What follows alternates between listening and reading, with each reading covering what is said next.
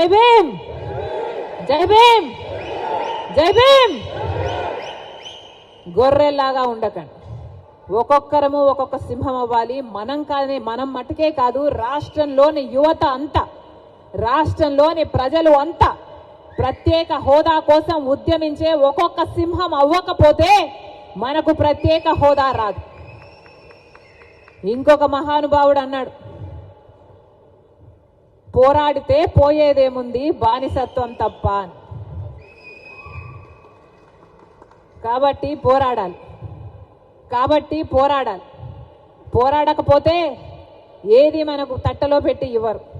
మనం పోరాడి సాధించుకోవాలి, అవసరమైతే లాక్కోవాలి. అలా తయారైంది లోకం తీరు. 10 ఏళ్ళు గమ్మనున్నామే, 10 ఏళ్ళు ఊసే లేకుండా ఉన్నామే. ప్రత్యేక హోదా ఇచ్చారా ఎవరైనా? పట్టించుకున్నారా ఎవరైనా? బీజేపీ పార్టీ ఇచ్చిందా మన మంచితనం చూసి? చంద్రబాబు గారు మన కోసం కొట్లాడారా మన మంచితనం చూసి? జగన్మోహన్ రెడ్డి గారు కొట్లాడారా మన మంచితనం గురించి? మన రాష్ట్రానికి పోలవరం ఇచ్చారనా? మన రాష్ట్రానికి ప్రత్యేక హోదా ఇచ్చారనా? మన రాష్ట్రానికి రాజధానికి డబ్బులు ఇచ్చారనా? దేనికి గౌరవం? ఎందుకు గౌరవించాలి ఇలాంటి మోడీ కేడీలని? కేడీ కాదా మోడీ? మోసం చేయలేదా ప్రజలని? మోసం చేస్తే ఏమవుతారు? మోసగాళ్ళు గారా? డిఫాల్టర్ను కదా కేడీ అనేది. డిఫాల్టర్ కాదా మోడీ? మనకిచ్చిన వాగ్దానాలలో ఒక్కటైనా నిలబెట్టుకోకపోతే అది డిఫాల్టర్ కాదా? మరి డిఫాల్టర్ని కేడీ అనక ఏమనాలి? మోసం చేసిన వాడిని 420 అనక ఏమనాలి? మోడీ 420 అయితే, మోడీ కేడీ అయితే చంద్రబాబు గారు కూడా కేడీయే, జగన్మోహన్ రెడ్డి గారు కూడా కేడీయే, జగన్మోహన్ రెడ్డి గారు కూడా 420, చంద్రబాబు గారు కూడా 420. మన రాష్ట్ర హక్కు, మన బిడ్డల హక్కు ప్రత్యేక హోదా. ఈరోజు ఎంతమంది విలువనిస్తున్నారు ప్రత్యేక హోదా గురించి? ఎంతమంది పట్టించుకుంటున్నారు ప్రత్యేక హోదా గురించి? అసలు ప్రత్యేక హోదా మన రాష్ట్రానికి వచ్చునుంటే ఈ పాటికి ఎక్కడుండును మన రాష్ట్రం? 15 లక్షల కోట్ల రూపాయలు విలువ చేసే ప్రత్యేక హోదా వచ్చుంటే మన పోలవరం మనం కట్టుకోలేమా? మన రాజధాని మనం కట్టుకోలేమా? ఎంత మేలు జరిగింది మన బిడ్డలకు. ఏ రాష్ట్రానికన్నా మన రాష్ట్రం ఎందుకు తక్కువ ఉండాలి? బాధ లేదా? ప్రత్యేక హోదా వచ్చునుంటే మన రాష్ట్రం ఎక్కడో ఉండుండే. రాజశేఖర్ రెడ్డి గారు మన రాష్ట్రం గురించి, మన రాష్ట్ర ప్రజల గురించి ఎంత ఆలోచన చేశాడు. ఉందా ఈ నాయకులకు ఆలోచన? చంద్రబాబు గారికి ఉందా? పోనీ జగనన్న గారు రక్తం పచ్చుకొని పుట్టారు కదా, ఉందా జగనన్న గారికి ఆలోచన? రాజశేఖర్ రెడ్డి గారు జలయజ్ఞంలో ప్రాజెక్టులు 54 ప్రాజెక్టులు మొదలు పెట్టాడు. ఆంధ్ర రాష్ట్రంలో 12 ప్రాజెక్టులు పూర్తి చేస్తే 42 ప్రాజెక్టులు ఇంకా అలాగే ఉంటే ఏమన్నాడు జగనన్న గారు? నేను 6 నెలల్లో పూర్తి చేస్తానన్న జగనన్న గారు రాజశేఖర్, ఇదేనా మాట నిలబెట్టుకోవడం అంటే? మడమ తప్పకపోవడం అంటే? ఇచ్చిన మాటను మడత పెట్టారు కదా, మీరా రాజశేఖర్ రెడ్డి గారి వారసు? ఆలోచన చేయాలి. రాష్ట్ర ప్రజలందరూ కూడా ఆలోచన చేయాలి. ఈరోజు వ్యక్తిగత కారణాల కోసం రాజశేఖర్ రెడ్డి బిడ్డ ఆంధ్ర రాష్ట్ర రాజకీయాలలో అడుగు పెట్టలేదు. వ్యక్తిగత రాజకీయాల కోసమే అయితే, వ్యక్తిగత కారణాల కోసమైతే రాజశేఖర్ రెడ్డి బిడ్డ 2019లోనే ఆంధ్ర రాష్ట్రంలో అడుగు పెట్టాల్సి ఉంది. కానీ ఈరోజు ఆంధ్ర రాష్ట్రంలో రాజశేఖర్ రెడ్డి బిడ్డ అడుగు పెట్టింది అంటే ఎందుకు పెట్టింది?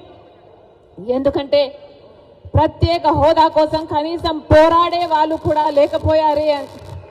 మనం పోరాడకపోతే ఆంధ్ర రాష్ట్రంలో ప్రత్యేక హోదా ఎప్పటికీ రాదు. కాబట్టి ప్రత్యేక హోదా ఇస్తానన్న ఏకైక వ్యక్తి రాహుల్ గాంధీ గారు. మొట్టమొదటి సంతకం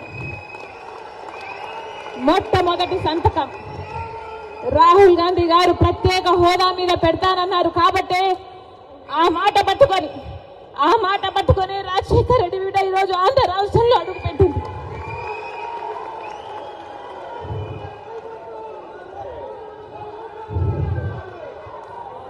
ప్రత్యేక హోదా లేకపోతే ఆంధ్ర రాష్ట్రానికి భవిష్యత్తే లేదు. ప్రత్యేక హోదా లేకపోతే ఆంధ్ర రాష్ట్రం అభివృద్ధి చెందదు అని 10 సంవత్సరాలుగా చూసామా లేదా? మరి ప్రత్యేక హోదా మనకు లేకపోతే, ఆంధ్ర రాష్ట్రం జరగకపోతే మన బిడ్డలు ఎలా బతకాలి? ఆంధ్ర రాష్ట్రం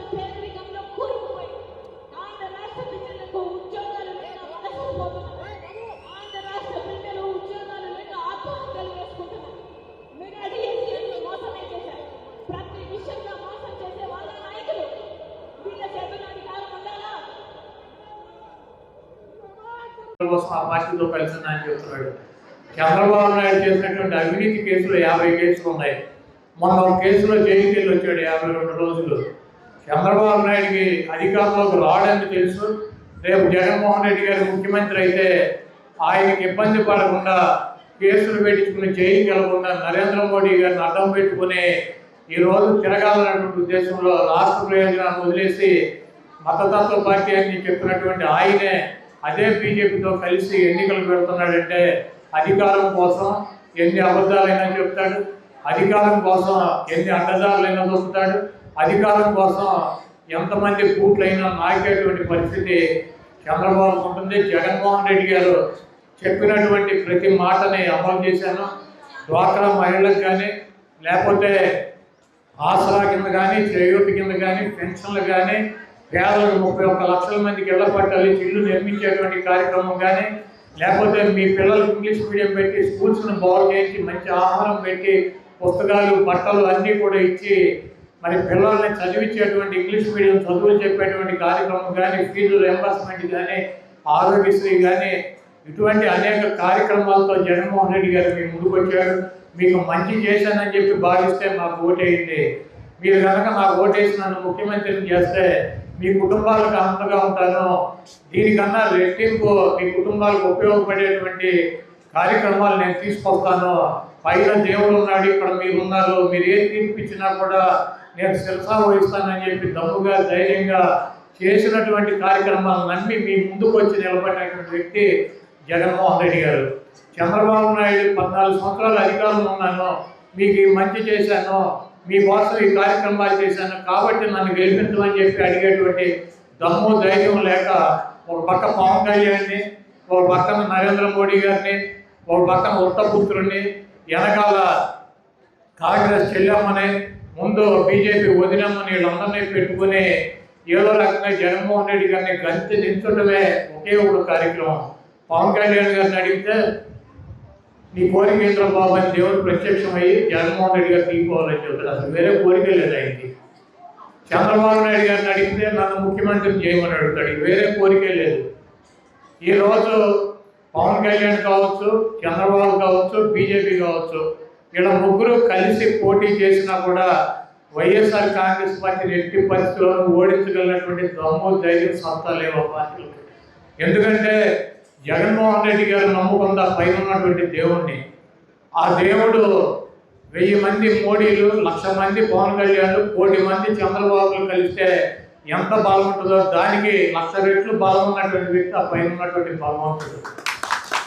అదేవిధంగా జగన్మోహన్ రెడ్డి గారు నమ్ముకున్న పవన్ కళ్యాణ్ని, పురంధరేశ్వరిని, నరేంద్ర మోడీని లేకపోతే షర్మిలమ్మని కాదు, జగన్మోహన్ రెడ్డి గారు నమ్ముకుంది ఈ రాష్ట్రంలో ఉన్నటువంటి రెక్కాడితే కానీ డొక్కాడినటువంటి నిరుపేదలు, ఎస్సీ, ఎస్టీ, బీసీ, మైనార్టీ, అగ్ర కులాలు ఉన్నటువంటి పేదలకి వాళ్ళకి ఆర్థికంగా వాళ్ళ కుటుంబాలను పైకి తీసుకొచ్చి వాళ్ళకి ఉన్నతమైనటువంటి చదువులు చెప్పించి వాళ్ళకి ఏ ఆరోగ్య సమస్యలు వచ్చినా కూడా ప్రభుత్వం ప్రతి రూపాయి భరించి పేదవాడికి ఒక ఇల్లు నిర్మాణం చేసి ఆ ఇంట్లో ఉండేటువంటి కార్యక్రమాలు చేసి పేదవాడి కోసం, ఎస్సీల కోసం, ఎస్టీల కోసం, బీసీల కోసం, మైనార్టీల కోసం, ఈ రాష్ట్రంలో ఉన్నటువంటి 5 కోట్ల మంది జనాభా కోసం జనాభా మద్దతుతో పోటీ చేస్తున్నటువంటి వ్యక్తి జగన్మోహన్ రెడ్డి గారు. ఇన్ని కోట్ల మంది ప్రజాదరణ, ఆ పైన ఉన్నటువంటి భగవంతుడు ఆశీస్సులు, రాజశేఖర రెడ్డి గారి ఆశీస్సులు, డాక్టర్ బిఆర్ అంబేద్కర్ గారి ఆశీస్సులు, ఆఖరికి ఎన్టీ రామారావు ఆశీస్సులు, బాబు జగజ్జీవనరావు ఆశీస్సులు, పూలే గారి ఆశీస్సులు, వీళ్ళు చూపించినటువంటి దారిలో నడుస్తున్నటువంటి జగన్మోహన్ రెడ్డి గారిని ఓడించడం ఈ మోడీ గారికి కానీ, ఈ చంద్రబాబు కానీ, పవన్ కళ్యాణ్ కానీ సాధ్యం కాదు. తూర్పును ఉదయించాల్సినటువంటి సూర్యుడు పడమలు ఉదయిస్తాడేమో నాకు తెలియదు.